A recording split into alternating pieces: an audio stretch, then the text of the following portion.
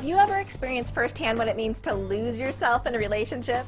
It's the kind of thing you hear about in romance novels and up on the silver screen all the time. And while it's a beautiful and poignant thing in your imagination, in real life, it's quite a different story. Hi, thanks for checking in with meetyoursweet.com.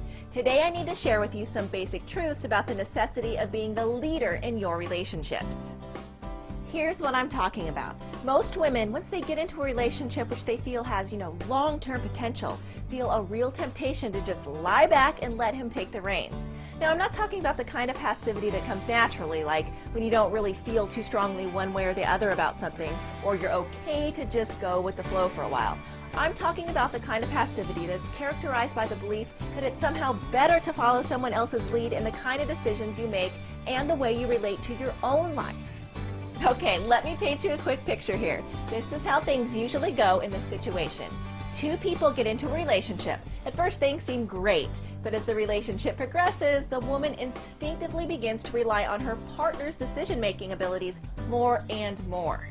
This isn't a conscious thing. She just gets this impulse to act this way, so she does. It starts off small but rapidly becomes a habit.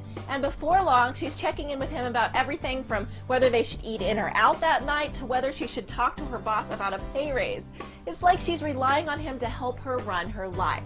And as time goes on, the guy in the relationship seems increasingly restless and unhappy. He starts acting distant and reserved at times. But if she asks what's wrong, he'll say, "I don't know," or "Don't worry about it." So of course the woman decides to try harder and starts checking up with him even more often about how the relationship's going, how he's feeling, but nothing seems to work. He starts picking out faults about her. He seems unhappy and aloof. Fights seem to spring just up out of nowhere, and sooner or later the relationship just comes to a grinding halt.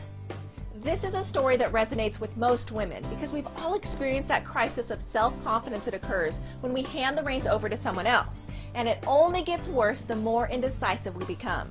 This kind of behavior screams incompetency and basically makes you look like a second-class citizen in your own relationship. When you start deferring to someone else too often and fail to have your own opinion, you turn into a doormat.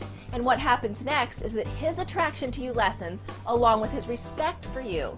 Then this results in you becoming anxious and clingy and trying to fix things by being extra nice and extra differential, which of course only adds to the problem. It's a vicious cycle.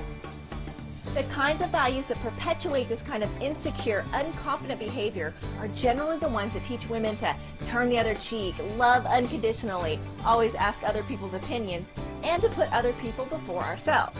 Now, I don't want to go putting anybody's personal values down here, but it's got to be said that those values are not the kinds of values that will result in you actually getting respect from anybody.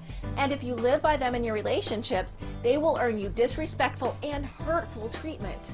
When you don't value yourself over and above other people, yes, even the people you're closest to, it's just human nature to perceive this as weakness. And it's impossible to create and sustain quality relationships on a basis of inequality and the idea that one person is stronger or weaker than the other. You gotta face it, acting with a bit of self-interest is absolutely vital to making sure that you're taken care of and that your relationships are built on a foundation of mutual respect and admiration. It's pretty difficult to respect and admire someone when they're letting you walk all over them. And you can see how this kind of behavior invites disrespectful, even abusive behavior. Look, it's absolutely fine to let your guy know that you love him to bits and that you're 100% committed to him in the relationship. But the second you start handing over the reins to him, you're putting out the idea that he's somehow more worthy or more able than you are to run your life. And that's going to be the death of any attraction and the possibility of a dream relationship. You've got to learn how to be your own leader. And I'm not talking about running for presidency, trying to wear the pants at home, or trying to control other people. I'm talking about taking care of yourself and always being in control of your own opinions, your own decisions, and your own life. I'm talking about getting rid of the destructive and attraction-destroying habit of automatically turning to him and asking, "So what do you think?" The ability to consult with yourself first, to develop a little reverence for what other people think, and to just be self-referenced in the way that you live your life is going to ensure that you've got a healthy regard for yourself and prevent you from developing unhealthy relationships.